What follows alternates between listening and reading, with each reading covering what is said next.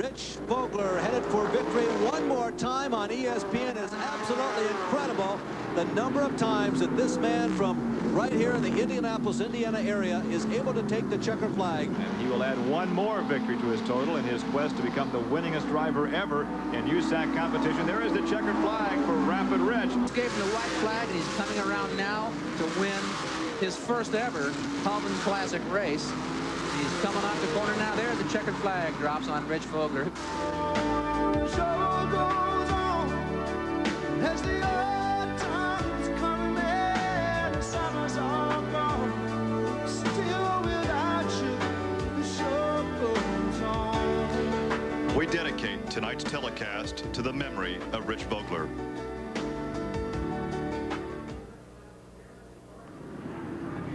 It has been another hot, hazy, humid Saturday in July, but we have a great evening. No threat of rain here at Indianapolis Raceway Park for live USAC Midget Racing, part of the Hardee's Racing Series. On tap tonight, the ARCA Permatex Supercar Series from Pocono, Pennsylvania. And from beautiful upstate New York, from Watkins Glen, it's the IMSA International Sedans. And live from Indianapolis Raceway Park, the Hardee's Racing Series featuring the USAC Midgets.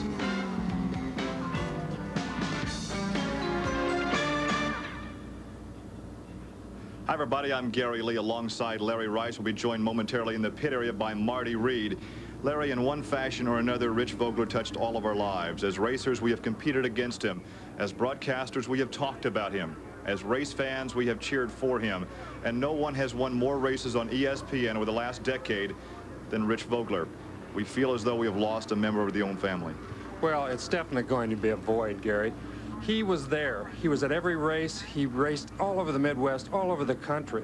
We almost expected him to be there if we went to an open cockpit race. The drivers set their standards by him and will for a long time to come. But it's a void that's real now. Well, the racing season continues. We will race this evening, but those in the pit area are very mindful. I've never been in a quieter pit area than that was out there tonight. Everybody in their own minds, either consciously or subconsciously, is thinking in their own way about Rich Vogler tonight. We have concluded our qualifying. Jeff Gordon has the fast lap. We are ready for our first of 4 heat races. Here's the lineup now for heat race number 1. And the cars are lined up, and in the front row, they're starting inverted. The fastest on the rear, Dave Conan, will share the front row with Jim Dinsmore. In row 2, on the inside, Steve Inlow, outside Ted Hines. In row 3, the 2 drivers will be John Murphy in number 70, Tice Carlson in number 18, but Carlson has had a problem. He has pulled back into the pit area after being pushed off. In row 4 on the inside, Russ Gamester has taken over Dick Pohl's number 25 car after blowing the engine in the number 1 machine. Mike Fedorchak, the track record holder, starts outside in 97. In the 5th row on the inside, Richard Myrie in 9M, and the fast qualifier this evening, Jeff Gordon. Once again, the inverted start, the fastest on the rear, that always makes it interesting, always represents a challenge for the fast qualifier, Larry. It sure does. That's what makes this kind of racing so exciting. They put the fast guys in the back. They make them really work to make the feature. They have to get through there, get in the first 5 in order to make that feature race. They did put Russ Gamester on the back of this race, Gary, because he is a new car. Well, here is Jeff Gordon, 5 midget starts with 4 wins. He is always incredibly fast. We have seen him set track records. We have seen him win, but he has to go from the back of the pack here to be one of the first 5 to cross the finish line to transfer to the main event. The pace car is off. We are about to go racing. A rather ragged start, but the green flag is out from starter Bill Carey. Yeah, it sure is. That was a real good move down there from the 2nd row. I think it's Steve Inlow that went in there, 3 out. Steve Inlow went low, passed him, did a real good job getting past those guys in the front row. Well, look at Fedorchak. Fedorchak really made a nice move. He's up in the middle of the pack. We're watching for the number 4 Diet Pepsi car. Here's the Diet Pepsi car right there.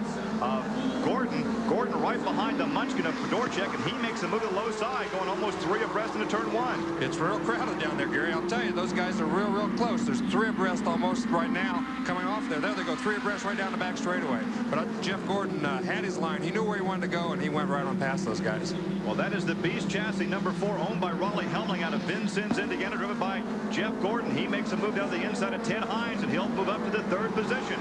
Yes, these midgets are so much narrower than the sprint cars and dirt cars we've watched here before. You can do that much easier. Go beside a guy into the corner and then just pull in front of him because their race cars are so much smaller. Well, Richard Myrie now is being in a battle for the lead. That is Enlow out there leading. Another beast chassis, but a Munchkin on the inside, side by side. And look at Gordon to the inside. Well, I'll tell you what, those guys are racing hard. That car number 3 really got sideways there. He was working real hard to keep him back, but it looks like those guys just had too much for him. He couldn't keep him back. Enlow on a straightaway goes from 1st to 3rd, and now look who's out in front. Jeff Gordon, who says his eyes are now set towards stock car racing after taking the Buck Baker driving school, so we may see him with fenders in the seasons to come. But right now he is 3rd in the point standings, going after the midget championship this season. He said earlier in the year his real goal was to win the Silver Crown title, but he's in a position right now to do well in the midgets. Well, he's running so well in everything that he's running right at this point. He runs really well in this midget. This is a great race car that Raleigh Helmling has prepared for him. He drives it really, really well. And so he's up in the point standings here. He's also up in the point standings in the sprint cars, and everything that he runs, he's doing well in. Well, of course, Gordon has a Pontiac. George Tucker takes care of the Pontiac engine for the Helmling Racing, but this is a Volkswagen in the Munchkins, and I'm real impressed with how the Munchkin Volkswagens are faring against the higher horsepower outings. And look at this, Enlow now being challenged by Ted Hines. Ted, a second-generation driver who frequently races against his dad, Jim, and they are nose to tail in the first turn. Yes, and that's another Volkswagen in that car of Ted Hines. He does a real good job with this race car. I tell you, he drives real hard. He runs out at the Speedrome every Friday night with this race car. I think he's ahead in the point standings. If not, he's in the first 2 or 3, and he runs real, real good with that car. White flag being displayed now for our leader as Gordon goes into the first corner, but here's that battle for the 3rd position as Hines moves. And look at this, 4 cars all together. We only transfer 5, so there's a real shootout for 3rd, 4th, and 5th. I'll tell you what, this is going to be close. Russ Gainster's having a real tough time. This is a brand new car for him. He's never run that car before. It's Dick Pohl's car, and he's having a little trouble getting it sorted out. There's a checkered flag, so the victory goes to the fastest qualifier from this race. And here, who's going to take 3rd, 4th, 5th? Enlow, and then it's Hines. Yes. And then Gamester. Yes, Gamester missed it by 1 spot. He's leading the point standings, so he got into that car.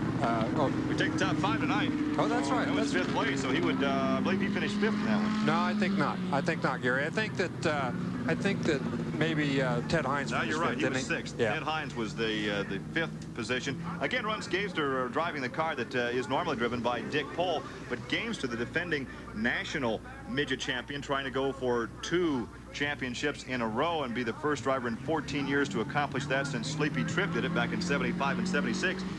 Blew the engine in hot laps earlier, so he's hopped into car 25, and we'll have a chance to go through the semi now as we take a good look at Jeff Gordon in victory lane. So Gordon takes the victory from the back of the pack. Richard Myrie finished 2nd, and the transfer positions belong to Mike Dvorak, Steve Enlow, and Ted Hines. So once again, an exciting competition because the inverted start the fastest on the rear. Yeah, so those guys came right through there. You saw Myrie, and you saw Fedorchak, and you saw Jeff Gordon all come from the back. They did a great job. A big thumbs up. So let's go down and talk to our victor. Here's Marty Reed. Well, you made it look easy again. No, it wasn't easy. You know, getting through that bunch of cars was really tough. They were all going everywhere and running pretty strong. So it was really tough. Myrie got out there in front, and I knew he was going to be really tough to run through the corners, and he was. He was working real good through the corners, but I had a lot more straightaway speed. I wish the car would have been working that well in qualifying. I think we could have had a new track record. Well, qualifying, we should point out, you had absolutely no brakes. Not that you use them that much in qualifying, but you obviously need them for the race. Were you a little bit worried because you had no time to test them out? Well, I didn't really have any brakes. You know, I had some. What happened was I went into the last corner for the last lap, which was ended up my best lap, and the brakes kind of faded quite a bit, and so it ended up being a good lap, and I come around to come in the pits and had none at all. So you know, we just got out there just in time for the heat race, and everything worked great. Well, congratulations. We'll see you in the main event. Jeff Gordon, your winner here at heat race number 1, Hardy Racing's Deluxe Series. We'll be back with more from Indianapolis Raceway Park right after this.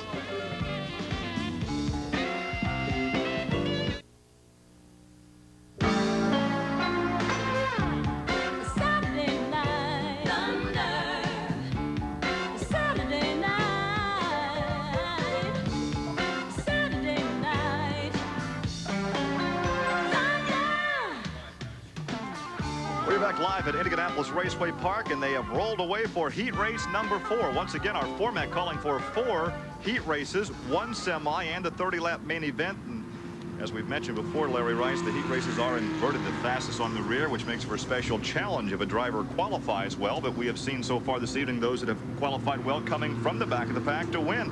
Billy Hughes won the second heat race. Of course, Jeff Gordon won the first heat race that we saw. Yes, it was a very good race. Both of those first 3 races were very good races, and the guys came really quick through the pack. I couldn't believe how quickly Billy Hughes got through. I couldn't believe how quickly that Bob Ciccone got through. It's really, really tough in these cars to get through traffic, 8 or 10 cars in front of you, as quickly as those guys did, and then they just kind of cruised after they got caught. Well, this, of course, is a very wide racetrack, and we have seen over the past couple of seasons 2 or 3 grooves. At one time, we thought this might be a 1-groove racetrack, but especially with the midgets, we've seen 2 or 3 grooves out there. Well, the midgets are a little bit smaller. It's a little bit easier to run side by side sometimes. The thing that makes it a little bit more difficult to run side by side is the fact that they're so much twitchier. They move around a lot more on a racetrack, so you have to give them a little bit more room than you would in other kinds of race cars. Well, as we wait for the cars to line up behind the pace car, let's look back to heat race number 2. Now, Billy Hughes in car number 2 was the second fastest qualifier, and watch him move from the back of the pack, and he makes a very, very quick move on the high side, which is not the best spot to be. He's up close to the marbles right there, but look at his success coming off the corner. Well, I'll tell you what, he just flew by those guys coming off there. He went high. He took a chance that everybody else would stick a little lower. They did, and man, he was gone right away. Well, he committed on the high side and made it work for him as he was leading after the first lap. Well, Mike Stryker in the red and white number 8 was working on a transfer position, and he moves by. Yes, he did. I was going to say it's Keith Butler in that black number 12 car, but he moves up for a transfer spot in the red and white number 8. He did a real good job, too. All those guys that started in the back really worked hard to get through that traffic, except Hughes. And he just, he got a real break. He got a wide opening and went around him. The rest of them had to work real hard. Well, Hughes, of course, had a wide margin as he took the checkered flag. And look at a half straightaway lead, and that's a big lead in 8 laps. Well, our first heat race, once again, Billy Hughes from the back of the pack. Brett Poole was second, Mike Stryker third, then was John Heidenreich and Mark Gerke. Heat race number 2. Heat race number 3, Bob Ciccone from Prospect Park edged out Johnny Parsons. Stan Fox was third, Terry Winnie fourth, and Tom Bigelow held on for 5th position. Let's go down now to a special guest enjoying this, and a former midget driver himself. Here's John Andretti. Yeah, back in the old home stomping grounds, John Andretti, you were over doing some testing just about 4 miles from here over at Speedway. That's right. We were testing the Foster's Quaker State Porsche for the upcoming race in Michigan. Learn anything? Well, if I did, I'm not going to tell you. Just like always, guys, he never lets me in on any of the secrets. Hey, you like being back for the races here? I love it. I always enjoyed the midgets, and I have a great relation here. Our friends with Raleigh Helmling, the owner of the Diet Pepsi car that Jeff Gordon drives, and hope they pull another one off tonight. One word, was it a good test session? It was very good. We learned a lot about the race for Michigan. I think we're going to do real well. Okay, let's go back to racing. Well, I'm sure he would like to be out there racing this evening as we have just dropped the green for the 4th heat race. Rich Delardo and Jim Mahoney in the front row. Then it was Mike Persig and Mike Lang the second row. Bev Griffiths, the young lady driver, along with Andy Michener, Barry Reed, Dan Drinan, and Jim Keeger was the fastest qualifier of this heat race, the 4th fastest overall. Okay, that's Jim Mahoney in the front there. He's doing a real good job. He started in the front row, and he's holding off the cars behind him. That's Andy Michener running second, and he just got passed. But here goes, I can't know who that is, Gary, but Jim Mahoney led for quite a long time. Andy Michener came up, gave him a try, fell back. He was too low. He lost a little ground coming off. Well, we have seen that car here before. That's the car that was driven last year by the gentleman out of East Lansing. Michener, of course, from a famous racing family, a car sponsored by Michener Petroleum, driven at the Speedway a number of years ago, a car owned by Pat Patrick, so a rather famous name back in motorsports. The 73 car that Jim Mahoney's in is the one that I was supposed to drive here tonight. He got the ride because I'm up here, so he's doing a good job for him, it looks like. You get a percentage of his gate this evening? I don't think so. Here comes Bev Griffiths in the black number 15, and she has a good set of wheels under her. We have seen Bev win before here on ESPN. The first lady in USAC competition to win a feature. We had it right here on ESPN from the Speedrome about 3 years ago. She pulls right up behind Mahoney, right along Andy Michener. Yeah, she's doing a real good job. She just got around Michener. She's going to work on Mahoney now. She's got him set up. Bang, she's gone. Right underneath him, going down there. Well, we have a lead change now at the front of the pack. And once again, these two are beginning to pull away as we see some smoke off that right rear. And that is Keeker out in front, but Keeker abusing the right rear. He came clear from last place again. That's Danny Green in second place. He came clear from last place. Halfway through the race, he's in the lead. He and Danny Green are gone. They started the last two spots. And as we've seen so many times here tonight, the guys in back didn't have a lot of trouble. And boy, they're pulling away at this point. Well, Dan Dryden is driving a car that he built. That is a chassis. He built about 4 of those chassis. And he, in fact, across the front has written Beast Eater. So he hopes to eat up one of the Bob East build cars this evening. But Dan Dryden drives his own creation. Yes, he's doing a real good job. He's running real good. Bev Griffiths has moved into third. Here's fourth and fifth spot, I believe. It's Jim Mahoney still running in fourth place. Doing a real good job back there, too. Well, the white flag is out. 1 lap to go for your leader. Third place belongs to Bev Griffiths. Fourth is Andy Michener. Oh, yeah, that's the fifth spot we're looking at. This is the transfer spot. For the transfer spot right there. And I'll tell you what, it looks like a 4-way battle right at this point. Everybody's wanting to get in there. That's Michael Lang in the new Bob Nowicki car that's trying to get by Jim Mahoney. Well, Michael Lang has a starter on board. There's your winner, Jim Keeker. Here we come for the transfer spots. Can he do it? Can he get underneath him? It looks like he's got him pulled up. He may have it. Oh, you call it, Larry. Who knows? I can't tell. I'll tell you what. Michener, well, 56 by a nose. Michael Lang, he did Michael Lang. He beat him out. I tell you what, they both did a real good job. The only shot he had was to get high in the middle of the corner and slingshot right across the bottom, and that's what he did. He held it just enough, and he got his transfer spot, and that's what he was after.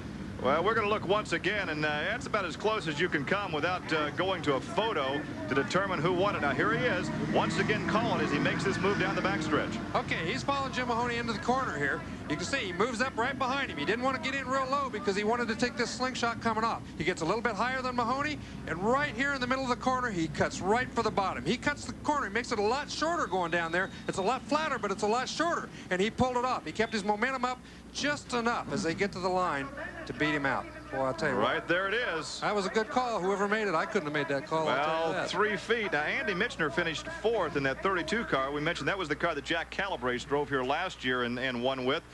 There you go. Jim Keeker wins it once again from the back of the pack. Dan Dryden finishes 2nd. Then it was Bev Griffiths, Andy Michener, and Michael Lang. So those 5 will transfer to the main event.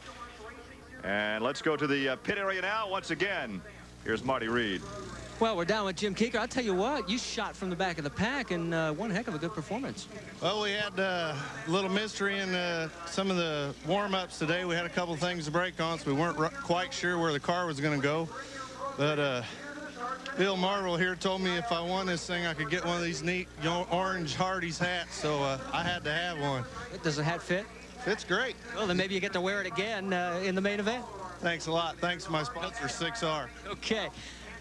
We'll be back with more from the Hardee's Racing Deluxe Series here at Indianapolis Raceway Park. But first, we got to stop for this.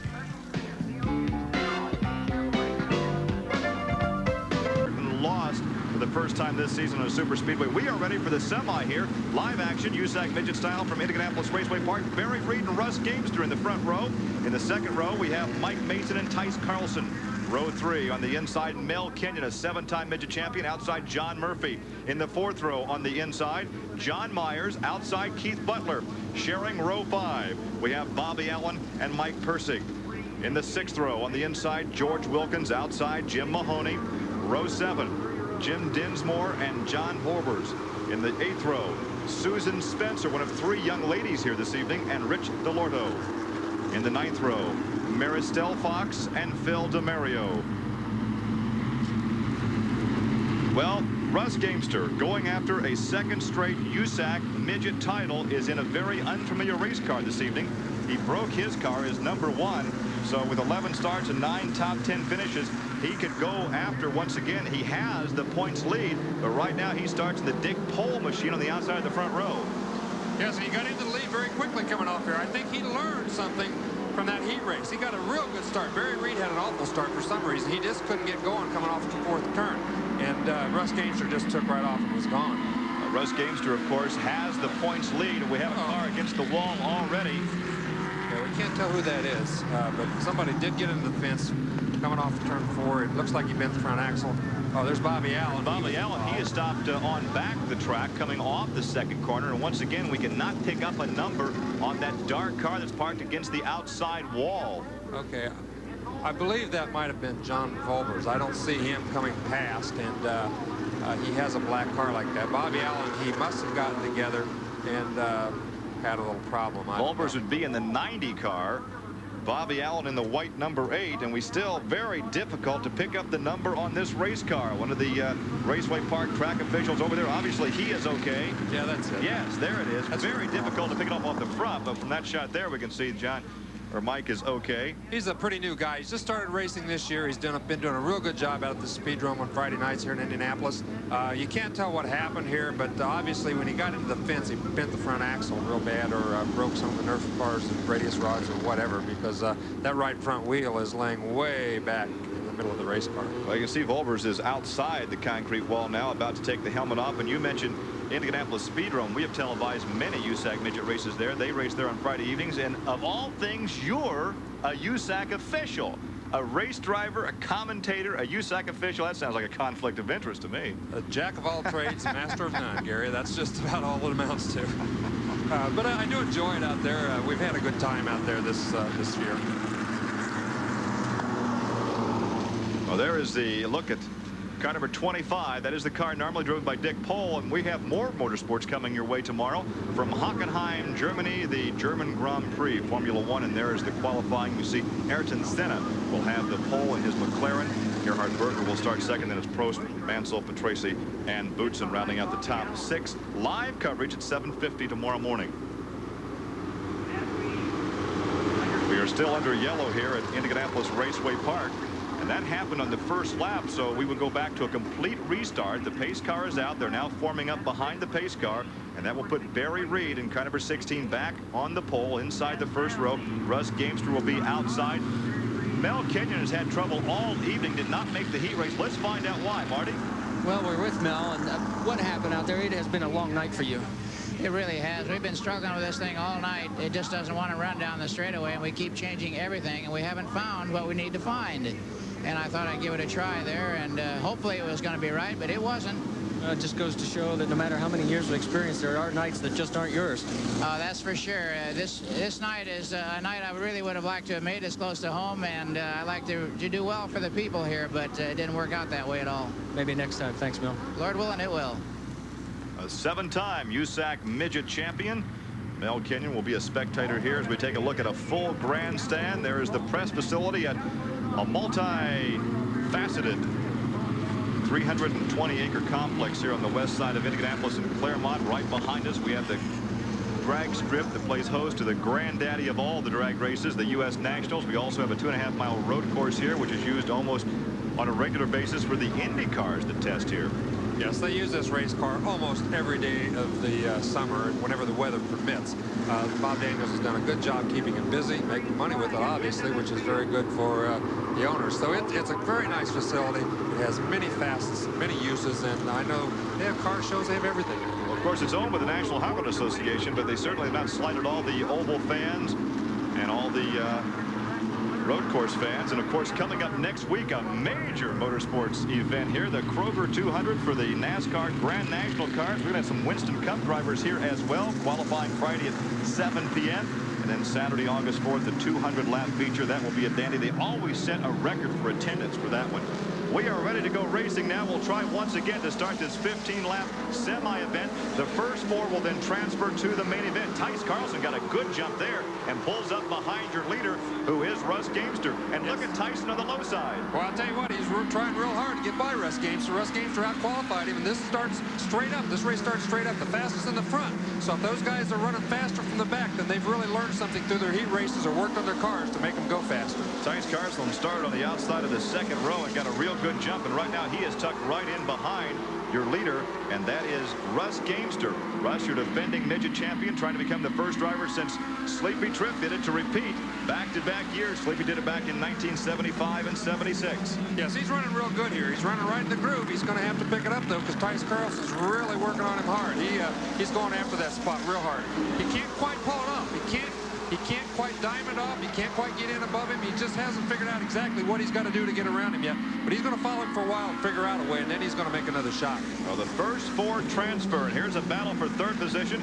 That is John Murphy on the high side and Barry Reed down low. Murphy in the red 70 and Reed in the blue 16. And there is Mike Mason right behind him. Mike now is beginning to challenge for that 4th position. Yes, Barry Reed got a real bad start. I don't know whether the thing wouldn't run at a real low speed or what happened, but he just couldn't get going. He was clear back about 5th spot. But now that he's coming on, once the motor got running, once he got everything going, he's back up into 3rd spot. John Murphy drops back to 4th. Well, 5th is still Mason as we go back to the front of the pack, and there is that good battle for the lead.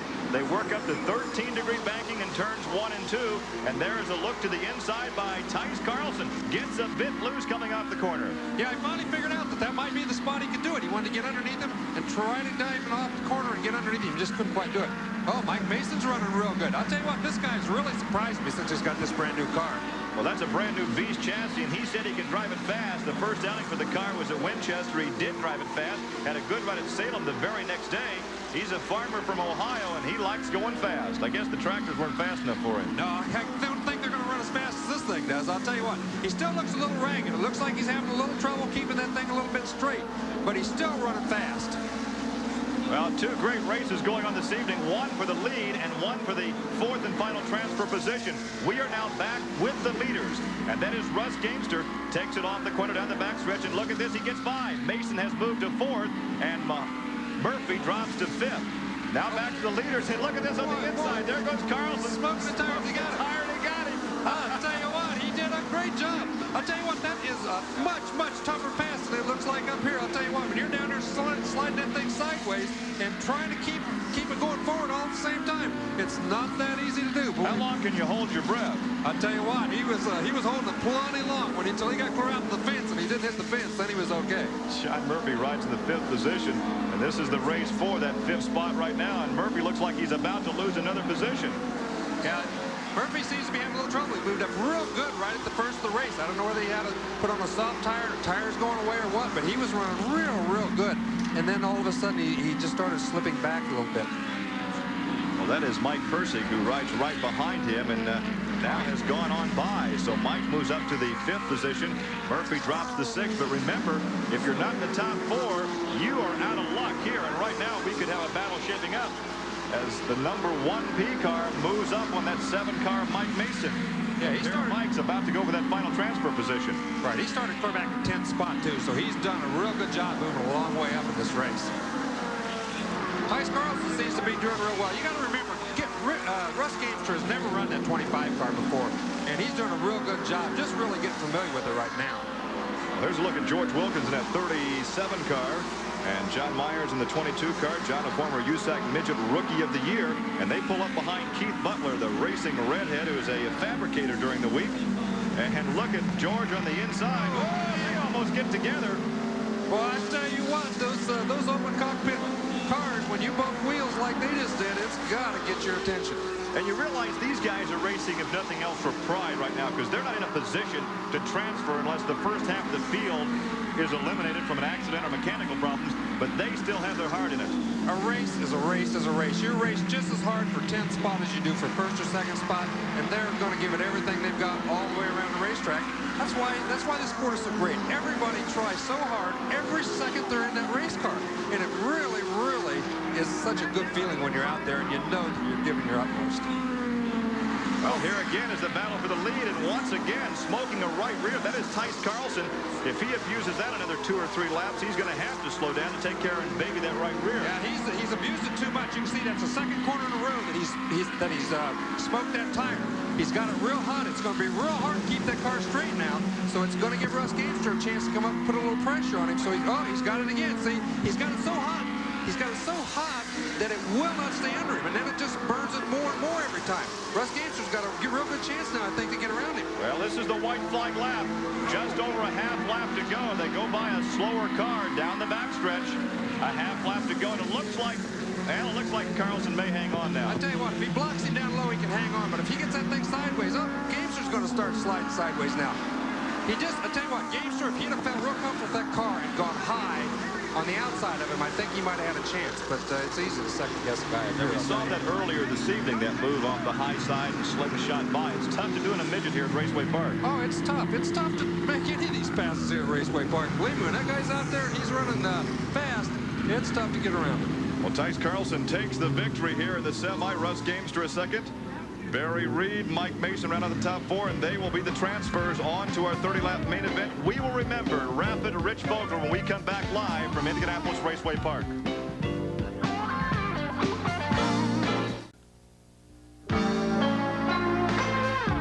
Tonight's live USAC Racing is brought to you by Levi's 505 and 506 jeans, by AutoZone, the best parts in auto parts, and by Quaker State. The big Q is One Tough Motor Oil. We are back live at Indianapolis Raceway Park for the Hardee's Racing Series, and all the fans here are standing in hushed silence right now because we have a special moment on the racetrack. The car that would have been driven this evening by Rich Vogler has been moved to the start-finish line by the crew. Also standing by his longtime friend, Jonathan Bird, a sponsor that made it possible for him to be in 5 Indianapolis 500s, and they will be using this car in a special ceremony at the start of tonight's midget feature.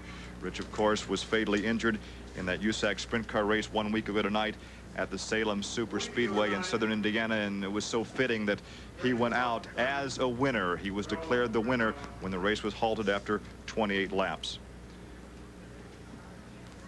So Jonathan Bird right now addressing this standing room only crowd here at Indianapolis Raceway Park. But let's go now to Bob Jenkins as we remember Rich Vogler.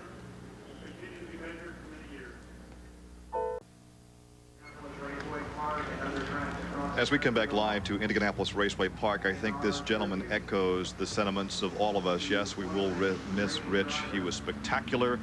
A 5-time midget champion, a 2-time sprint car champion, the only driver to win both the sprint and midget titles in the same season. And right now, this is the car that he would have been in this evening. It will be part of a special parade, a special memorial at the start of this race. It is driven by Jimmy White, a man that built this car along with Rich Vogler. Jim himself, a race driver, a second-generation driver, the son of Johnny White. And so he is behind the steering wheel of this car this evening. And they will take up a position on the pole as we begin this 30-lap feature. And then we'll see what happens a bit later as we start the race here at Indianapolis Raceway Park. Once again, the fans now applauding as the car goes by. A very moving ceremony. And, of course, a member of the racing fraternity is not with us, at least directly this evening, but I have to believe that Rich is watching. Yeah, I think so, too. Rich Vogler is never going to go out of our minds or our hearts, I'll tell you that. A guy that tries that hard all the time, you just can't forget very easily. And, of course, when something like this happens, we have to take a real hard look at the sport and what we can do, what we can learn from such a tragic accident that perhaps can help other drivers in the future sustain lesser injuries. So earlier this evening, we had a chance to put Larry Rice and Marty Reed together by a midget to talk about some of the safety. Whenever there is a tragedy at a racetrack, questions are always asked, legitimate questions. How can we make the cars safer for the men and women inside? And no one better to answer those questions on our broadcast team than Larry Rice. You've driven these things for years, Larry, and the thing I noticed first off, no mirrors. Well, actually, they tried mirrors several years ago. Mel Kenyon had them and used them quite successfully, mounted right up here where you can see on both sides and behind him. Why aren't they here now? Well, they really caused more problems than they solved. Some people didn't use them properly. They used them to block, like roller derby going down the straightaway, so they did away with them. Radio communications, NASCAR, Indy cars, Formula One, they're using them. Why not here? Well, 2 reasons. Cost, number 1, they're pretty expensive, $1,800 to $6,000. And number 2, most of the people feel you can get the information from hand signals almost as well as you can get them through the radios. Let's talk a little bit about individual driver safety. This full neck collar, it's not mandatory. Should it be? In my opinion, it should be. This is a very cheap way to protect yourself.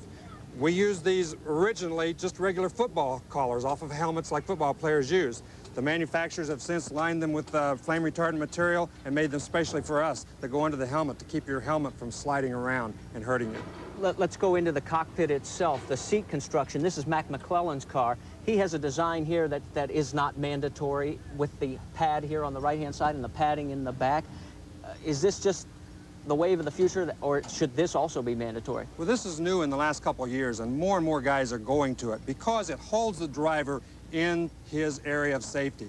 There's two wraparounds, one on each side, that keep him inside that cage. This helps keep the head, this protects the back of the head. All of these things that maintain that driver's safety inside the cage area are really important parts of the race car. Well, that's the last area we need to talk about, is the roll cage itself. Is this enough to protect the driver? Well, it's you can always make it better, I assume, but lightweight has been the wave of the future. Everybody wants to make them lighter.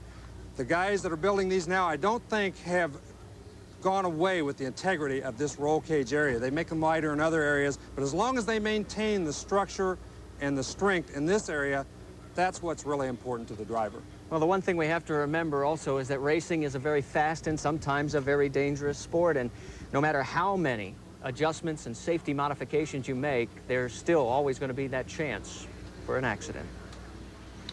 Well, as you can see, the cars are now beginning to line up on this big oval here at Raceway Park behind the pace car, and just momentarily we will be able to give you the starting lineup, and then we'll go racing for 30 laps with 24 cars in the Hardee's Racing Series. We are live from Indianapolis Raceway Park.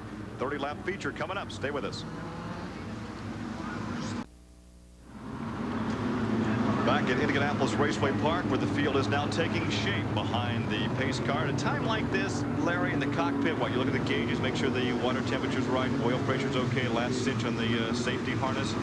Yes, that's exactly what you do. You just want to make sure you're ready when the race starts. You want to have a look at all the gauges. You want to look at everything, look at the people around you. You just want to make sure that you're ready, that you've got your mind ready, because that's a very important part of the start. You have to have yourself in your head ready for what's going to happen in front of you, who's in front of you, what's in front of you. A lot of these guys race together once or twice a week, so they're pretty familiar, and they're trying to figure out what the guy in front of them is going to do. Well, of course, as we take a look at the front row right now on the inside, that is Jimmy White in the car that would have been driven here this evening by Rich Vogler. And to show you how popular he was by the race fan standards, the Hoosier Auto Racing Fan Club is one of the largest fan clubs in the country. On 3 occasions, Rich was selected by the fan club members as their driver of the year, and he's also a member of their Hall of Fame. That's right, Gary. That fan club is made up of drivers, mechanics, just fans. Everybody is involved with that fan club. I think it's 3,000 some odd strong, so it's a big fan club. They thought a lot of him. They enjoyed watching him run, as did everyone else. Well, but right now, that #1 car will start from the pole position, then pull out a bit later. But in the front row, we will have Mike Stryker on the inside in car #8. And outside will be Richard Myrie in #9. #9, of course, is a Munchkin. And there's a look at car #8, Mike Stryker. He will pull up for the start of the race. In the second row, we will have Jim Keeker and Johnny Parsons. In row 3, on the inside, Billy Hughes, the second fastest qualifier. The fastest qualifier, Jeff Gordon, will start outside. Once again, the first 6 are inverted. Stan Fox will start inside. Row 4, outside, Dan Drynan. In the 5th row on the inside, Mike Fedorchak in another of the Munchkins, and Brett Poole outside in 9P. The 6th row, Bob Ciccone and Barry Reed. We understand that Barry Reed now has been scratched, so everyone will move up 1 position in the outside. In row 7, defending national champion Russ Gamester. He leads the point standings now, and John Heidenreich. In the 8th row, inside, Mike Mason, outside, Andy Michner. In the 9th row, on the inside, Tice Carlson. Saw a nice ride from Tice earlier this evening, and Terry Winnie, a second-generation driver, starts outside. And in row 10, the young lady, Bev Griffiths in 15, Tom Bigelow, a former midget champion, outside in #16. In the 11th row, Michael Lang in 56, Ted Hines in #12. And in the 12th row, on the inside, Steve Inlow and Mark Gerke. 24 cars for 30 laps here at Raceway Park. And once again, we look over the head of Stan Fox. So Stan Fox will carry the CarQuest cage cam, and we should have some excellent shots. Too bad we didn't have this on for that heat race earlier, because he gave us a wild ride using the high side. Boy, he sure did. He ran that race car real hard right around the top, and that's the toughest place to run a midget around here, because they're so twitchy. When they do get a little loose, it goes in. Well, the Vogler car now is off the track, and that will leave a vacancy in the front row. And the front row remains right now only Richard Myrie with nobody on the inside. The missing man formation, it's something we have seen in air shows. We do not like to see it at a racetrack. We sure don't. We hope we never see it again. I'll tell you what, this is going to be the start. They're going to move up in position. The pace car has pulled away. The lights are off. We should have a start this time by. Mike Stryker will set the pace. The track record held by Gary Bettenhausen at 12 minutes 1 and 63 seconds. Look at that, set back in 1977. Let's hope we can go 30 straight laps and set a new track record here this evening. What looks to be a good start. Look at that scramble for position. 3 wide into turn 1. Yes, I'll tell you what, Mike Stryker got a real good start. Richard Myrie did not get a good start at all. So consequently, Mike Stryker got a big jump and out in the lead real quick. But look at Johnny Parsons go to the inside, go by Jim Keeker, a pair of yellow cars. Parsons in the 20 car, Keeker in 6. That's right. Parsons did a real good job. He started in 4th. Here's Fox back in the pack a little bit. This is an excellent shot. Look at the race cars move around. See how twitchy those race cars are? I'll tell you what, when you're running that close to somebody and it's moving around like that, it's got to give you a thrill. Well, of course, this is a very short wheelbase race car, so it does tend to be a little more twitchy than, say, a sprint car or even a big Champ Dirt car. To me, the midgets are the toughest thing to run at a racetrack this size because they are such a short wheelbase. They want to move around a lot more. They correct a lot quicker, but they move a lot more, too, and it's very, very difficult to keep them in a straight line without moving around. Mike Stryker out of Findlay, Ohio, continues to lead. That is a Beast chassis with a Gertie power plant. That was one of the first Beast ever built, and I think that may have been the first Gertie Beast combination. Mike has won a USAC Midget race in the past, always very fast in qualifying, but he has a guy right behind him that certainly knows his way around this racetrack.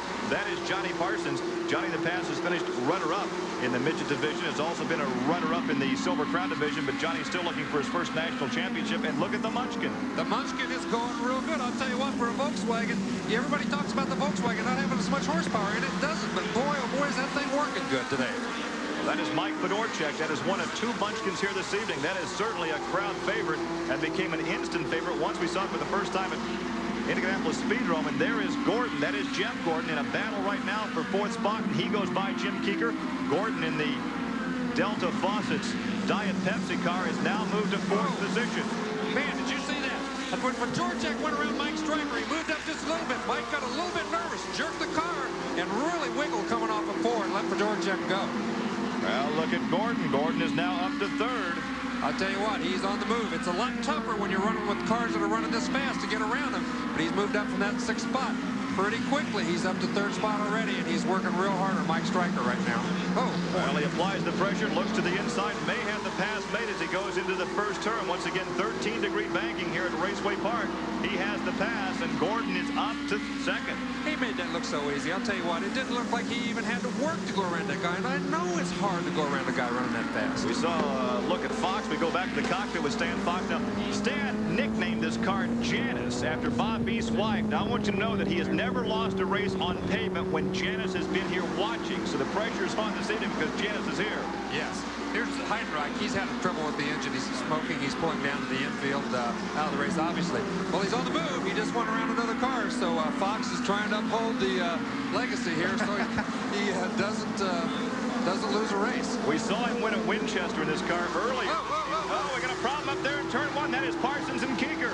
Parsons and Keeker in the pair of yellow cars. That brings out the yellow. That will bunch the field up.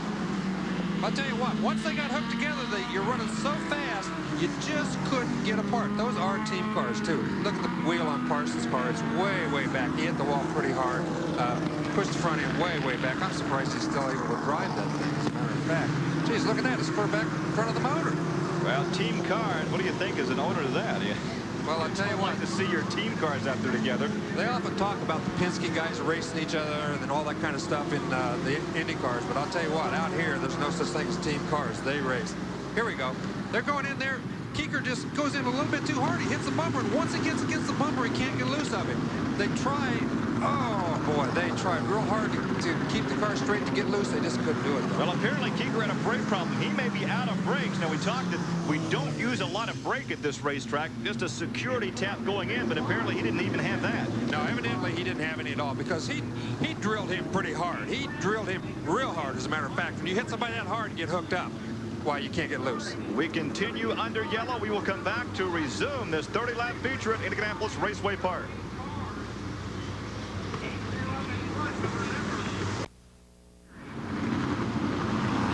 7 laps now complete in the 30-lap feature here at Indianapolis Raceway Park. The yellow remains out as the Munchkin remains out in front. They are bunched up behind the pace car. But that is the Munchkin with a Volkswagen power plant. And once again, that I think is raising some eyebrows that he's able to maintain that lead with a lot of Gerties and Pontiacs behind him. Well, we understand that Marty Reed may have an update on what happened down there in the first turn. Marty? Well, we're with Johnny Parsons. Johnny, first off, you're limping a little bit. Are you okay? Oh, I limp a lot nowadays. No, we're all right. Yeah, I got my knees rattled around the cockpit, which something like that is normal. Man, somebody really got in the back of me. Boy, I wasn't going that slow, I hope. But, yeah, put us in the wall. Obviously, we're out. But I know there's other people, some friends of mine are having worse problems than me, and I hope they just know where their strength is, and I guess we better get back in the race. So you don't know what happened out there, right? No, other than somebody just drilled me and got me in the wall. That's all I know. Better luck next time. Thank you. The green flag flies, and how about that restart for Jeff Gordon? I don't know if he caught the Munchkin sleeping, but he certainly went to the front in a hurry. He caught me sleeping. I didn't even see him go around him. He went around him so quick. I'll tell you that. I'll tell you what, that kid is so sharp. He doesn't miss a trick anywhere on the racetrack. Whether it's a restart or an original start, he is on the ball. Well, he is third right now in the point standings behind Russ Gamester and Mike Stryker. So this is a great battle right here that could go a long way in determining who could end up the national midget champion. Now, we look to Stan Fox. He carries us along in the cockpit with the camera car, but he moves up to third position. Well, almost. That's the battle for the lead right there as the Munchkin pulls up behind. Fedorchak's not going to quit. He's working so good. That race car is handling so well that he looks to be handling a little bit better than Jeff Gordon right now. He must have got caught asleep on that restart. He gains a little bit in the corners, quite a bit in the corners, but he gets on the straightaway and it looks like he's out horsepower just a little bit. But I think this has to denote superb driving talent on the part of Mike Fedorchak because he doesn't have the extra ponies. Consequently, he has to drive a perfect groove to maintain that momentum to keep that gap where it is right now. Absolutely. That's exactly what he has to do. He has to have his race car working better. He's got to drive it better. He's got to drive it smoother. Smooth is the big word. The smoother you run these little midgets, the faster you go on this track. And it's really, really tough to run them smooth, I'll tell you. Well, there's a battle for first. There's a battle for third, fourth, and fifth as well. A bit of a gap, though, about a turn gap between second place and third position. Yes. I'll tell you what, there's battles all over the racetrack. I just can't believe this is Billy Hughes. He's just passed the car. He's running real good. He ran real tough in his heat race. Well, Billy Hughes was the second fastest qualifier. That was Bob Ciccone out of Prospect Park, Pennsylvania, that he just went by. Oh, a car very up almost to the wall. Andy Minchner, he almost got that right rear against the concrete. Yeah, that Andy Minchner, he got a little loose up there. He just missed the fence, but he saved it, came on back down. Tell you what, this racetrack is tough for these guys to keep the race car straight. Here we see Tice Carlson. That's exactly what he did in the heat race. He won't do that very long in this race because it's too long. He'll burn that tire right off there running like that. Of course, they go to a harder compound for the 30-lap feature than what they would run in the heat race or even the semi. Yeah, they sure do. Here's the leaders again. We see that Jeff Gordon just has no breathing room whatsoever. Mike Fedorchak is right on his tail. He better not make a mistake because it's all he was waiting on. Well, Gordon has the Pontiac tooled by George Tucker, and that's the Volkswagen right behind him, and there's only a car length between the two of them. Okay, here's Mike Stryker. The other Munchkin is right on his tail. Here's the Munchkin of Fedorchak. Here's third place. This is Stan Fox. He got around Stryker. He's pulling away from fourth and fifth place, you can see here. He's really, I don't know whether he's gaining a lot. We can't tell. He's a half a straightaway behind those first two. But he's really going to work on it. If there's a yellow, it could be a real exciting real quick. Well, once again, we have the Munchkin right on the heels of Stryker. That is Richard Myrie running back there in the fifth position right now. Stryker is fourth. Once again, Stryker is second in the point standings. But look at Gordon. Gordon now begins to put some daylight between first and second. Jeff Gordon from nearby Pittsburgh, Indiana. He has been so dominant on these tracks this season. We started talking about the pay tracks, but he won a dirt USAC midget race in this car. This is a pavement car, but he won with it on dirt. Beat Stan Fox on the last lap. That's right. He's got this race car really working. The engine is laid over in this thing, especially for the pavement, like you said. But they've made it work everywhere. I think between the whole crew, they have really got their act together. They know how to set the car up, and he obviously knows how to drive it. Well, I don't know if there's a problem with the Munchkin, but Stan Fox is really closing in. And there's a look at your present leader in the point standings. That is Russ Gamester. Now we go back to the head of the pack. And there is Jeff Gordon beginning to lap some of the cars. And look at Fox. Fox is right behind Mike Fedorchak. I think Fedorchak ran so hard trying to get back in the lead. Here he's going to make a pass. He's going to zip right under him. Yeah, Fedorchak had some kind of a problem. I don't know whether he ruined a tire running so hard trying to get back around Gordon or exactly what happened, but he's slowed way down. He's not near as strong as he was earlier. It could be the engine misfiring. 19 laps complete, 11 laps to go, and Fox may need a yellow right now to close down and have a shot. I will be very interested to see what kind of computer readouts they get on this car, because the Fox car is equipped with computer telemetry. They're testing all kinds of workings on that car. Right now it's working well, but the best car out there appears to be car number 4. That is Gordon. He continues to lead, but Fox is closing in. Another look at Mike Fedorchak as Fox pulls away from the Munchkin and starts to close in on this man right here, 18-year-old Jeff Gordon. Now 21 laps complete, 9 laps to go, a straightaway advantage over second place. Yeah, he's got things, looks awfully easy right now. He's running real smooth, real straight, and he's got a big lead. Here comes Billy Hughes. He's doing real well. He's gained a lot. He came from the back. He's gained a lot of spots. He's running real smooth again. Chassis not working so well, though, because look at him fight that steering wheel. Yeah, I'll tell you what. These midgets just don't go through the corners near as straight as the other race cars do. I don't care how good they're working. You have to work on him. He's running a little bit low. He's having trouble keeping the back end. And when you run that low on the racetrack, we talked about a couple weeks ago, George Snyder ran that low, how hard it was to keep the race car, the back end under you. And he's having the same trouble. He's trying to run a little bit lower than some of the other guys, and it's real hard to keep the back end under you when you're down there on the racetrack. You talked in that feature earlier about radios and what should you tell them. Yeah, it might be a good time to tell him to move up on the racetrack, right? Okay, here we go, Mike Stryker. This is Russ Gamester. He started way back in the pack somewhere. He had to come through the semi, and he's moved way up. He's learning that race car. Every time he drives it tonight, every time he's been in it, he's learned, he's improved, he's made it better for him. 13 this evening, but look at this move now. Yeah, he did a great job. Yeah, I'll tell you what, that's what makes a good race car driver, a great race car driver, when he can get in a brand new car, something he's never driven before, go out, work with it a little bit, and do the things that he's done with that race car tonight. Well, Gamester is trying to preserve his points lead right now. That is a look at Mike Stryker, who is second in the points, third in the points, but leading tonight is this man right here. That is Jeff Gordon. And look at this battle. Look at that move to the inside. Billy Hughes, look at him struggle. Oh, he almost gets together with Mike Fedorchak. I tell you what, Fedorchak is just hanging on now, trying to run that race car real straight. He doesn't want to make any drastic moves, and when Hughes comes under him like that, slides up toward him, boy, it's tough to hold your line. Let's go back to the tents and Marty Reed. Well, guys, we can tell you that as far as the Fedorchak vehicle, they are saying, well, he just burned up the tire. He was going as hard as he could, and the Volkswagen horsepower is just not there, but he smoked the tire up in the process. Well, that is showing its effects right now, because he is about to lose that position. Well, now Hughes makes a slip. Hughes might have burned his tires up, too, trying to run underneath him. I'll tell you what, they're running third and fourth, and their tires, they say their tires are bad. Well, I'll tell you what, they're running off of faster bad tires out there. What goes through your mind when you realize you don't have the horsepower and now you don't have the tires to go with it? Well, you try to run the race car as absolutely straight. You know that the tires are bad. You know that you're wearing them out, and they're hot. So you want to just keep that race car as absolutely straight as humanly possible so that you don't wear them out any worse. I think that's what Hughes did. He got underneath him. He got his tires hot. So now then he can't run any faster than Fedorchak all of a sudden. Well, here is your leader in heavy traffic as he goes by. That is Bob Ciccone. I believe he just went by there. So the Beast just passes a Beast, and he's down to collect the white flag. 1 lap to go for Gordon, and he can nurse it home now. And I think this is, what, 5 wins and 6 times on pavement in this car this season? Well, I tell you what, it's pretty phenomenal. That kid's so far out in front now, he could almost take it out of gear and coast home. But he's done a great job. He works hard. He works hard at every aspect of this sport, and that's what's going to take him far in this sport, because he loves it and he works at it. Well, there is a checkered flag, so Gordon takes the victory. And we go back to second position.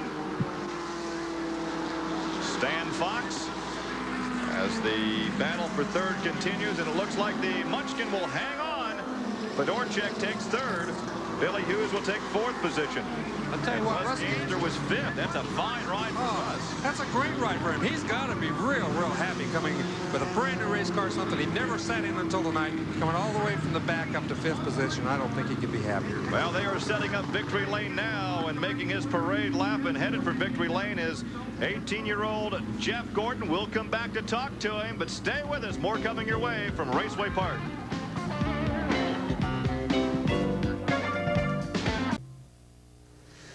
Back at Indianapolis Raceway Park, where we are with our winner tonight, and he's the only thing hotter than the steamy weather in the IRP area. But it's got to be a little bit bittersweet after finishing 2nd in last week's race, and of course now coming back and taking it tonight.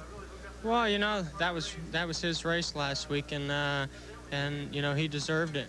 But you know, here we are again at IRP, winning another race. I just can't believe the momentum that I've got behind me right now. You know, I mean, the racing is just fabulous, and you know, the cars are just working so good for me. Everything's just going my way, you know, and it just seems like everything's right there for me. I just gotta, you know, reach out and grab it.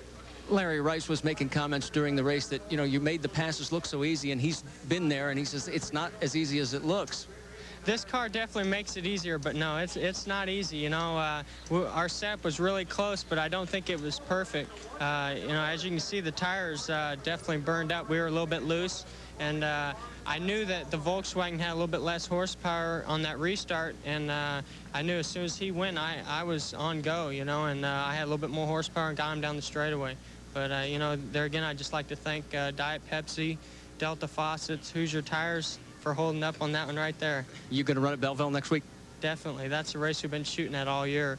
You know, everything we've been doing from the beginning of this year has been kind of testing ourselves for Belleville. And, you know, we won on Raleigh Helming's birthday, the car owner, and August 4th, that's my birthday at Belleville, so hopefully we win again there. Well, if this is all testing, Gary, I got to tell you, he's ready to jump to the head of the class. We're going to be back with more from Indianapolis Raceway Park, but first this.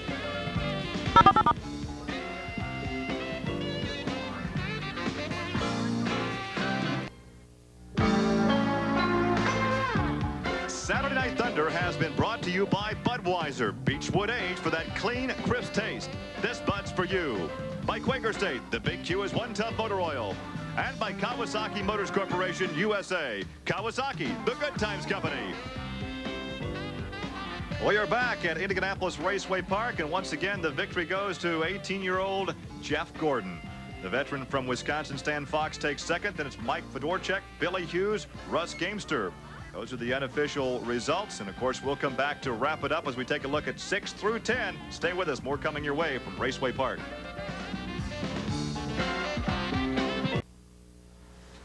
Our congratulations to Jeff Gordon, who with the victory this evening gets an automatic invitation to the Hoosier Dome Invitational. Will come up in January here in Indianapolis, but Gordon holds off Stan Fox with the victory. The Munchkin of Mike Fedorchak took 3rd. Billy Hughes, the second fast qualifier this evening, was 4th. Russ Gamester, your defending national champion, was 5th. In the second 5, in 6th position, we have Richard Myrie in another of the Munchkins.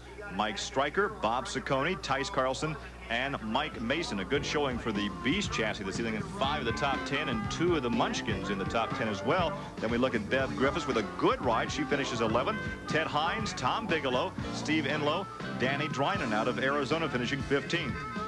16 through 20, Andy Mitchner, Mark Gerke out of Panama City, Florida, Brett Poole, Terry Wenty, and Mike Lang with the onboard starter in that midget. And then the 21st, 22nd, 23rd, and 24th, the CarQuest folks providing us with our cage cam this evening.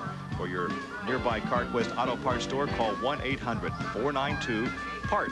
You'll find it at CarQuest.